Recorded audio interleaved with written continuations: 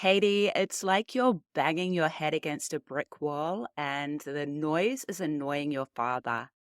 And that is what my dear wise mom said to me quite a few years ago when angry vegan Kate was leading with all the truth bombs. And it really wasn't an effective relationship so far as it wasn't an effective approach so far as my relationship with my father and many other people, sadly. And that's how it can be when something is so important to us. And perhaps it's our approach to fitness and nutrition and whatever it may be. And we just lead with all the passion and maybe not so much of the compassion. And that is my learning. It's about how to lead with more love and compassion and deliciousness, hopefully be a lot more effective in the outcomes that I'm looking to seek. So we're here with Kate on the far side of fitness, and I think this is a really important topic to discuss. And you mentioned when you're leading with passion without compassion, and in this particular area related to being vegan.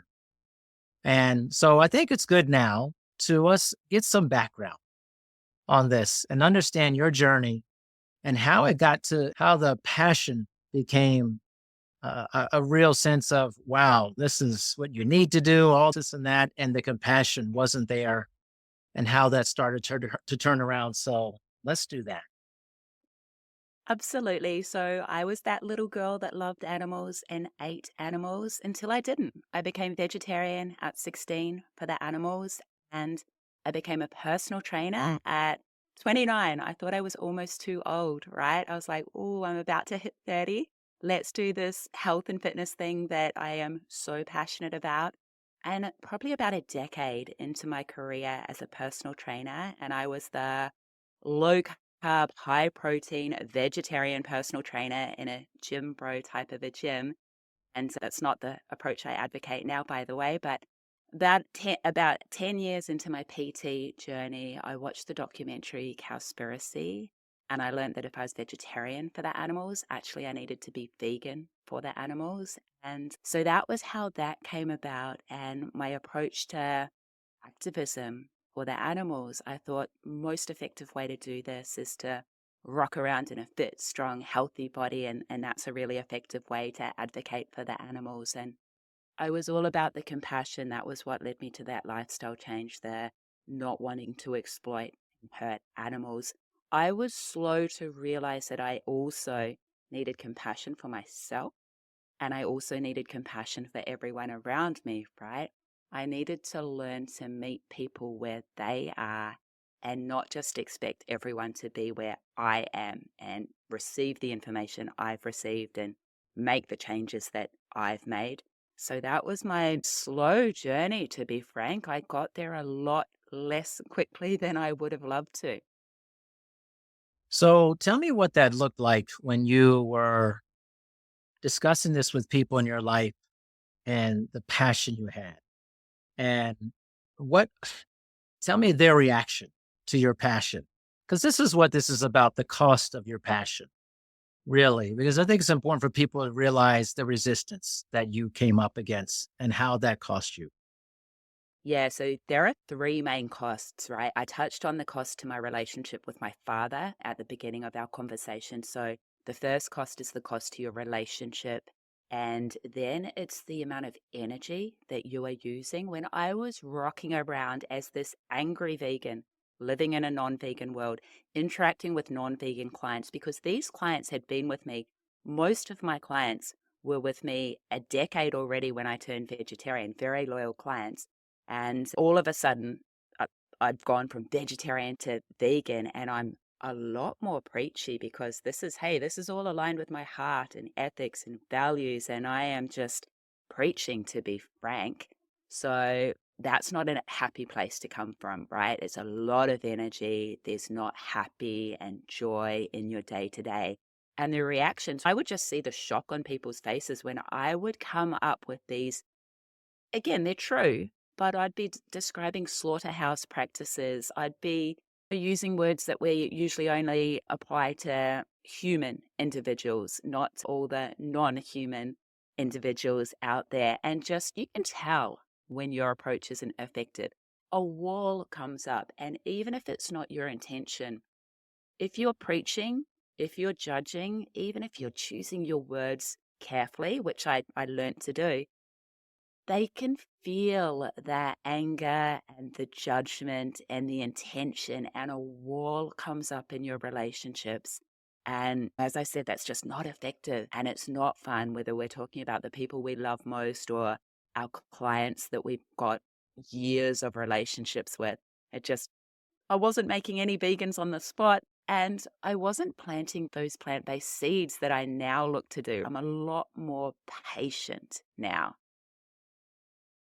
It's interesting. I think this crosses almost anything, Mhm. especially anything that you feel passionate about, whatever it is. You could insert whatever thing you're into. And fitness is part of that too. Yeah. Oh, yeah. Preaching, proselytizing, fitness to people, religion, politics, well, you name it, food, just put whatever you think and that you're super passionate about. So I'd like to hear a little bit more about the cost part here. So you talked about, and you see it with people, right? You tell somebody something, you're excited, and they start glazing over, or they become immediately defensive. What was the deeper cost? You talked about with your father. Talk deeper about that, if you could, about how that hurt your relationship. Look, I'll go really deep with that and what led me to change, because I'd love to say I saw the light and I realized I was being really ineffective and I just decided to lead with love and compassion. No, I was forced there in the most brutal possible way. So probably about 6 years ago, my dear mum rang me and I used to always fly home for Christmas. I lived in Sydney and I'd fly home to where they were for Christmas. And she said, Katie, I'm really worried about what we're going to do at Christmas. You're this animal rights activist. Your father's anti vegan. Christmas is all about love and connection and food. I don't know what to do unless you want to mastermind a vegan feast and sell the family on it. I'm like, amazing. I've got the food handled. Be good if you could sell the family on it. Anyway, fast forward, 6 new recipes. It was a fabulous day. The family loved the food. My mum was super grateful for all the effort I went to. The day before I flew home to Sydney, she said, Katie, will you watch What the Health with me? Now, I'd been emotionally blackmailing my parents to watch that documentary for their health for years at that point in time. And heads up, emotional blackmail doesn't work. They hadn't watched it. Mum sat down with me after the vegan feast. She watched it. She was very impacted as a nurse of 30 plus years by our broken sick care system as opposed to our preventative health care system. She said, I'm going to try this plant based thing for 2 weeks. Years later, the plant based stuck. We got so much closer. She listened to all my podcasts with animal rights activists. She watched all the horrific documentaries. Couldn't be better. Amazing for her health. Just about 3 years ago now, I got the phone call from my father that I always thought I'd get from my mother. Now, Dad's approach to food and mindset is not healthy. And I always thought I'd get the Katie, it's your father phone call from my mum. And I got Kate, it's your mother phone call from my dad. And my mum had died suddenly, the number one person in my world, times a billion, who I'd spoken to just that morning, like we always did on a Sunday morning. And she was amazing, totally healthy, no issues, had suddenly died. And anyone that's listening that can relate to suddenly losing the person that is most important to you in the world, the overwhelming shock and grief and sadness, that left no space in my body for all that anger and hate that I had been carrying around. I was so overwhelmed with the loss of losing my mum. There was no more energy for anything else. And also, with mum, zero regrets. She knew how much I loved and respected her, and vice versa.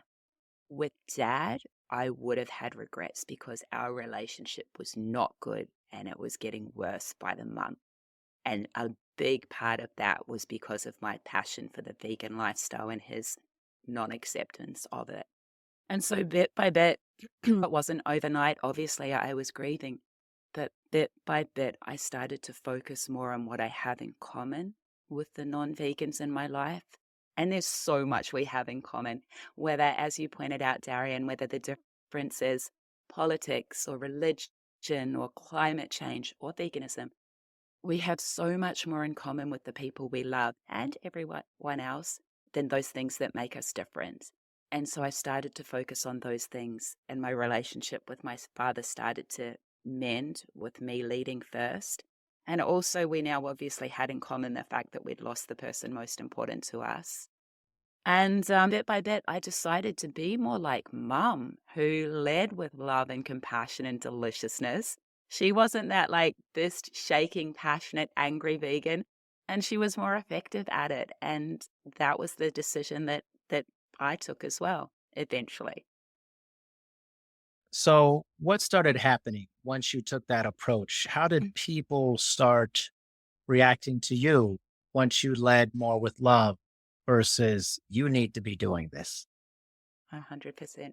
People are just more receptive, right? And again, it was a strange time because obviously I was grieving. So maybe let's fast forward a year or so where I was out of shock and it was still just as horrific, but I was not in shock anymore. And I can recall a particular story where I had suggested to Dad that we go back to New Zealand where I grew up because Mum died just at the end of COVID and none of the New Zealand people were able to come over for any sort of a life celebration. Borders were closed. It was horrific.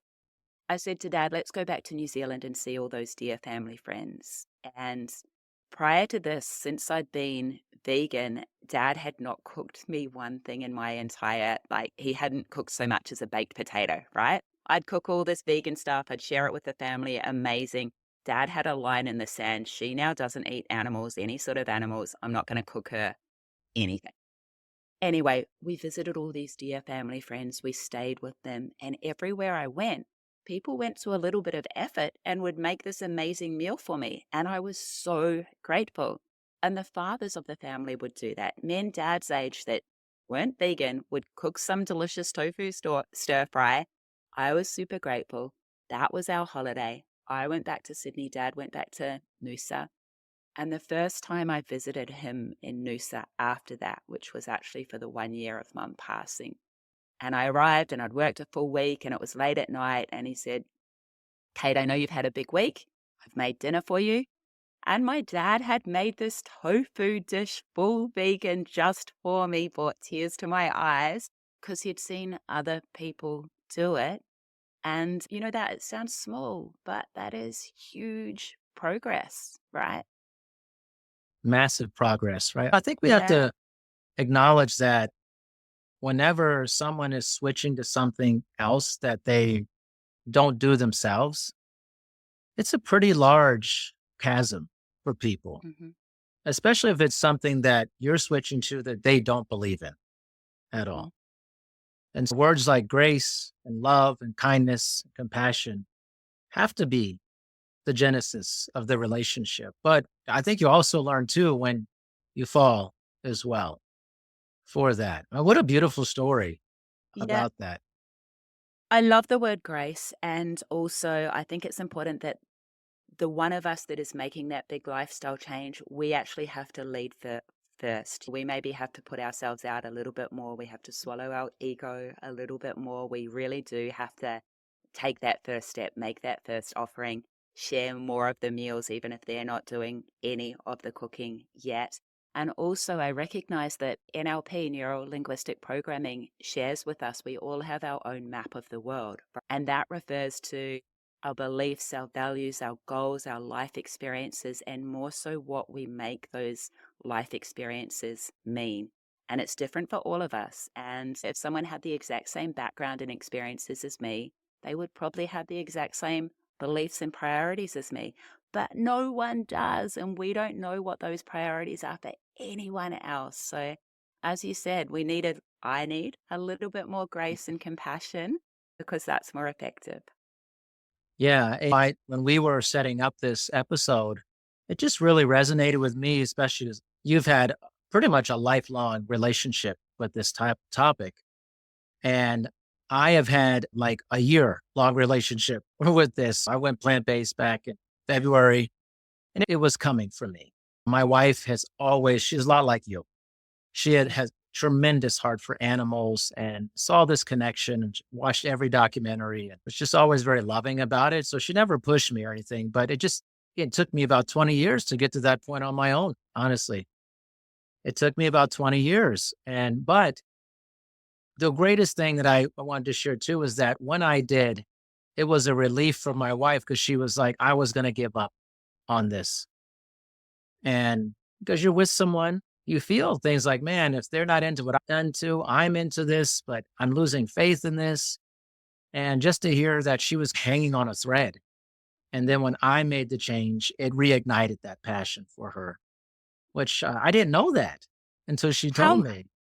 how long had you been together? Was it the full 20 years where she wow, she's Well, very 20 years. patient, She is a amazing woman. nurse. She's a nurse and Oh, has just a huge reservoir of love and kindness. But I didn't know she was going through that. But the beautiful thing is she never pushed. I would watch stuff and I knew inside me, mhm. I even told her 2 years before it happened, I said, I know this is going to happen for me. I just know it. I know myself. I'm moving towards it. I just, I have to keep working through it. And I think that's the thing with us. We have to let people work through it and also be okay with the fact that maybe that choice will never come for them on something we want and to still have grace and love and compassion for people. And there's a lot of fear, and a vegan bodybuilder, Jeff Palmer, speaks to this better than anyone I have ever heard about masculinity and Mm, veganism, and the fact that men are taught that to be right is strength and admitting you're wrong is a weakness. And there's a fear and guilt that we're flooded with when we admit or decide or whatever that something that we've been doing for years and years maybe isn't the best, and maybe that's not the approach, and maybe it's time to change, then we have to admit that we've been doing it for all this time. And that's really fearful. And I learned early days in business with some rough businesses. I learned that like failure is not final and it's not a weakness on my behalf, and there are learnings from it. But some people really struggle with failure or admitting they're wrong or just changing their mind and saying, hey, I'm okay. I see where you're coming from. I'm going to take this approach now. Good on your yeah. wife. Yeah, she definitely went through it a long time. And, with our daughter, now we were both plant based and we told our daughter, and she goes, do I have to do this? I said, no. I said, this is your life. You should do what you'd like to do. And wherever that leads you, that's great. And that approach has always worked for me in anything in my life. Hmm. And a lot of my clients, same thing. Like I've had clients forever and they saw it coming in me. And then once I moved in that direction, I never talked about it that much with them. It would come up and I'd say, oh, yeah, I'm plant based now. And I think they were waiting for me to tell them, I never did that because I had learned a long time ago that never worked. It just didn't work because I've been guilty of that too in the past. I Okay. was like, this does not work. It's like 100% proof this does not work. You're wiser than me because I was that vegetarian in the gym, bro gym, and I rocked into the gym the day after I decided I was going to turn vegan and announced, I'm going vegan. And I remember one of the boys saying to me, goodbye, lean muscle mass. And obviously he was wrong. However, also that put massive pressure on me to maintain exactly the physique I had because I felt I'd be letting the lifestyle down, letting the animals down if I gained an ounce of fat or lost a tiny fraction of muscle or strength or energy. Obviously, I didn't lose any of that. However, it was more pressure than I needed to have made that like bold announcement that you didn't make. Yeah. My big mistake was I made this on climate change way back in the day, like Ah, 20 plus years ago. So fervent about it, and people just didn't respond to it. And yeah. it turned me off. And it wasn't like this huge thing, but I was very young in my educational background. I hadn't had all my formal education that I had gone through. And I studied behavior modification for my doctorate. And I just learned so much just about how people behave and what is the best way to get through to people about something you care about. And it's just to be a good example. And sometimes you'll talk about it, but mostly it's just your presence, how you are, I can't tell you how many of my clients have considered or have become plant based just because through just, I don't talk about it. Just, Yeah. I just go ahead and do it. Then they start asking me questions. They get very curious about it. And I'm like, hey, this is just what I'm doing. You do you. You do whatever works for you. This is what I feel strongly about, but you feel strongly about other things.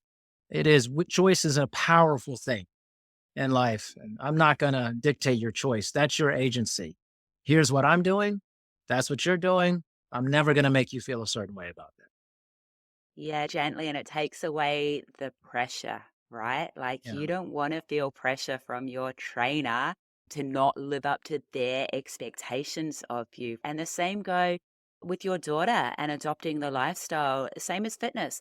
A goal has to be your goal, and you have to connect with that huge, compelling goal yourself, not because your trainer or society or anyone else tells you it's the right thing to do. When I first joined a gym nearly 30 years ago, I joined a gym because my father said I should. And you better believe the gym didn't stick and there weren't any results because I wasn't in it for me.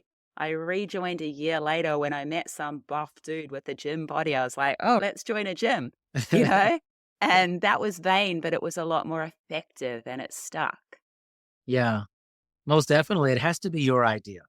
You Mhm. have to own that idea. And then you're Yeah. more likely to follow through on that idea. I would have conversations. Sometimes people would ask me, and I'll go, here's some great resources if they ask me. It's like Yeah. giving someone advice when they don't ask you. They don't want Yeah. the advice. They didn't ask you for it. But if someone asks 100. me, then it's open season, right? They ask me and you need to be ready for what I'm going to tell you if you ask me about it. Yep. So I would tell people about different things, just like documentaries you watch or a recent one, Seaspiracy, about what happens in the water, in the oceans and stuff, just devastating. And I said, Mhm. you may or may not watch it, but you asked me. So I'm giving you some things. If you do end up watching it, great. If you don't, also great. Whatever you come to, you're going to come to on your own board. But I think on the other side too is people test you, like you mentioned. And I remember I had a client who's like talking about eating steak and all this stuff. And he's, oh, you come visit. And I was like, oh, I remember, I don't do that. I don't eat any animal products. He goes, I didn't think you were serious. I was like, I was like, okay. Wow. I said, Okay. what about me makes you think I'm not serious? I've had a very successful run in many parts of this business for 24 years. So I guess I just didn't think you were serious. And I could have been upset about it. I said, that's okay. You felt that. This is something I'm really into. And it's very rare that you hear something new. Someone will like whatever it is that they hit you with in relation to their anti-vegan lifestyle. I'm like, you don't think I haven't heard that 2 dozen times in the past month? You get used to just almost laughing it off, and you got a coat of Teflon, not Velcro. You're not letting that stick to you, right? Because the energy I learned this early days, even as an activist, the energy I bring to a conversation, particularly, let's say, with a stranger on the street when I'm holding up slaughterhouse footage, which I don't do anymore, but I used to. And I Mhm. respect the activists that do. And the love and energy and genuine curiosity that I bring to a conversation doesn't matter how heated they are when they rock up about to attack me verbally because of what I'm showing. You bring that respect and calm and curiosity, and 99% of people will match you in that That's energy. right. And that's a powerful learning. It's harder with the people you love most because you've got decades of history, and maybe they treat you like that selfish, stubborn 16-year-old teenage girl, even when you're 48. But with strangers, particularly, it's easier. And I'm committed to continuing that even with the people I love most, where it's harder. Yeah, most definitely. So, what about your clients? What was the reaction or kind of the process with your clients and your evolution with this? Yeah, so it's really fascinating because I'm getting to start from scratch right now. I've actually moved cities and I'm starting at a new gym. And so I've got all fresh clients, and I don't have like literally in Sydney, my clients had trained with me at least a decade, some of them the whole 18 years that I was a personal trainer in Sydney.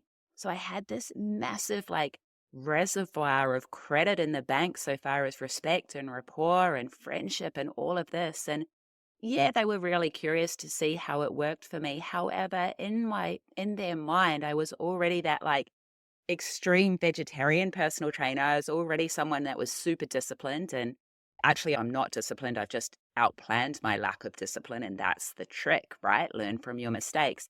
But they were curious to see how the process went for me. And more than half of them adopted a more plant based lifestyle.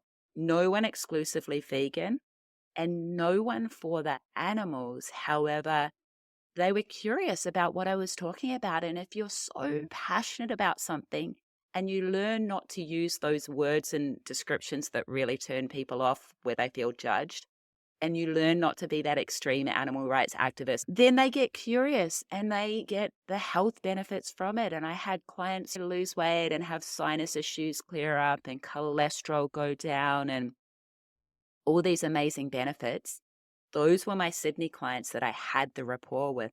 Now I've moved to a much smaller town and a much smaller gym, and the V word is not used so much here. And I get The B even word. more bemused looks when I say that I'm the vegan personal trainer, but I'm leading with the love and deliciousness still. I've put on food at the gym the past couple of Fridays, and I think that's the way to people's hearts, right? You're not sharing the brutal truth bombs, but you're giving away delicious food. It was funny. It's a much bigger gym, and I was giving away tofu frittata on a Friday morning. And this group of young boys were basically just daring each other to try this hideous tofu thing. And the first brave boy tried it, and he's, wow, that's really delicious. I'm like, it's full of protein too.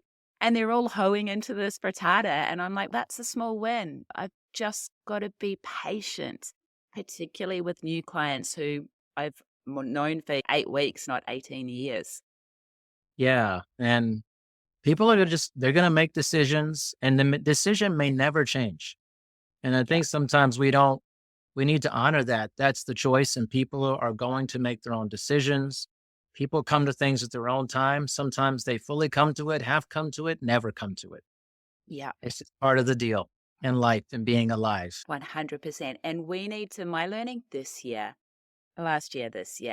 is I want to welcome people to the lifestyle, however much they want to, take on board a little bit, all of it, whatever it may be. But if you're rocking around as this intense, extreme, angry, always sad and frustrated type of an individual, no one's going to say, yeah, I want to live that life, right? Yeah. No Doesn't seem one wants to appealing, be right? that. It's not appealing. So if you're rocking around and you're full of energy and you're always positive and happy and supportive, that's a lot more welcoming. And so that's the goal. Yeah. And it doesn't dim the light on the passion that you have. My Right. reason over time that I moved into it was very similar to yours. Um, the lack of ethical treatment of animals. That's always actually the health part was never important to me with Mm, that. sure. Even though I acknowledge that and there's very important health benefits, I always thought too, having discussions about health with food is so controversial with Ugh, people. yes. It's so personal. And even if you're telling them something health wise that you believe is great, they always want to counteract you with something else. Hmm. The unethical treatment of animals, to me, obviously is my thing, but it also hurts too much for a lot of people because in their mind, they understand. No one in their right mind doesn't understand that factory farming is not good or what we do in the ocean with nets and how killing other animals to get your animal to Hmm. eat, right? And people don't want to hear that because it's very painful and they know it's occurring. A lot of people know it's occurring more and more now. And you're making them feel this truth that is just, as my daughter would say, it's a truth that's too real to handle. So you 100%. just have to just play the line and be like, this is my reason I'm passionate about. It may never be your reason, but please respect my reason for it. I'm not trying to push this onto you. This is just my reason. It's a good point you make about not dimming the light because early days, I actually had guilt for not flying the vegan flag all the time. Mm. Early days, I thought I should be always be an activist, always Yeah. be creating vegans. There was a pressure I put on myself, and so many activists, again, in any field, burn out because they have a Yeah. constant 24/7 pressure and urgency, and there's so much horror and the pressure to fix it now. Like, my wake up was, it's not going to change overnight, and we need to be in it long term for the animals, for whatever your cause is. So it needs to be sustainable and Yeah. effective for us. And as you said, we're not dimming the light. It doesn't mean I care just as much as I've always Yeah. cared. I care so much that I want to be effective in it. I don't want to just turn Yeah. people off. Yeah. And what's interesting too is sometimes we can be very hypocritical where we want to shed this light so much on this and you become an extremist, but then you hate extremism and other things, not realizing you're the same thing as the other thing. It's just a different hustle that they're Al- doing. You are Also, the extremist as well. Also, like, there, maybe I've got this one thing down pretty well, right? Like, I'm minimizing my animal exploitation as much as I possibly can in a non-vegan world. However, there are so many other social justice issues where I could put our environmental issues, name it. I am a hypocrite in some of the imperfect things I do there as well. There are so many areas I could get Yeah. better in, and I'm committed to evolving constantly. However, none of us are perfect. No, not at all. And one thing I always share when I lecture and do things is in your health journey, you could eat well, you can exercise well, you can sleep well. But if you have terrible relationships all the time, you have poor relationship Mhm. management, the other stuff really doesn't matter. Honestly, Yeah. you need to be good with people. And that's the point of this being good with people. If you can really nurture, grow, evaluate, understand people, love and care about them, everything else becomes so much easier to do in your life. But when Mm, you put up that wall with other people, it makes everything else so much harder to do. 100%. So I feel like it's important to have these conversations. The reason why I wanted to have it is one, because it resonated with me, but insert the cost of XYZ. Put any, this is not Yeah. a conversation about veganism per se, completely. It's about anything you insert, erase veganism, put whatever you put in there. Mhm. What's the cost of your behavior, of your Yeah. zealotry? Becomes as, Mm. and I always think to myself, whenever I see anyone exhibiting that behavior, I turn away from them too. I'm like, this is way extreme. I'm not into any of this stuff. And I think a lot of people aren't. So you have to check yourself. You have to humble yourself and realize the landscape of where people are. And you said it beautifully that all these people are just doing, have different belief systems and ideas that are so important to them. You're basically trying to come in and shatter that. You're like, nope, I'm going to break your house down. I'm breaking into your house and I'm robbing you. Who Yeah. wants that? No one wants Mm. that. 100%. Yeah. You're bashing in, you're forcing your beliefs on your time frame, and that's not going to stick. And yeah, no good. So, how do you feel currently about your approach? And just how do you feel about yourself? I feel so calm and at peace with my approach and with my alignment and the person that I am being in the world. And, that is funny. My most effective habit this year has been journaling, right? And I'd always start my journal with calm and clarity because I was like, how do I get calm and clarity? And actually, it was the journaling process that brought around this calm and clarity, right? That has been absolutely my learning for this year. And I think the happier you are with the person that you're being in the world, the more space you have for grace and compassion and kindness to anyone and everyone else who maybe isn't quite so happy with where they're at in life right now, right? Like, again, put yourself in their shoes. The way that they're reacting is it's a response to how they're feeling in the world, their lack of control or their fear or whatever it may be.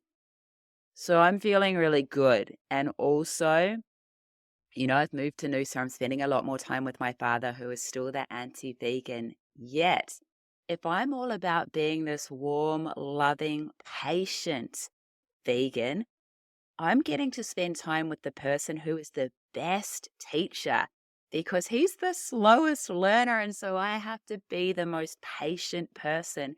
And that's actually a really good opportunity because anyone else I interact with, the skills I've learned in my interactions with him are setting me up really well. All my other interactions are much easier than the ones that I have with the person I love most. So it's funny what the way life turns you. It is funny the way life turns you. I'm glad it turned it towards each other and us having Yeah. this conversation. I really appreciate you giving me some of your time. You're way on the other side of the world for me. And we're having the ability to have this conversation with each other through the incredible lens of technology. I'm pretty grateful for. Thank you so much. And I would love for you to share. We'll put this in the show notes too, just ways people can connect with you to learn more about your journey. Thank you, Darren. I've loved this conversation and mad respect for the fact that you took on this conversation. I know it can be a bit polarizing, even if you're on that same journey. Huge respect to your wife.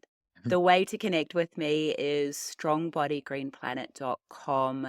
There you will find my healthification podcast, 890 plus episodes deep, and also my plant positive journal, where I basically share with others how to lead with love, compassion, deliciousness, dedicated to my mum, lots of her recipes in it. So yeah, strongbodygreenplanet.com. Fantastic. Thank you, Kate, for your time. I appreciate you. Pleasure. Thank you.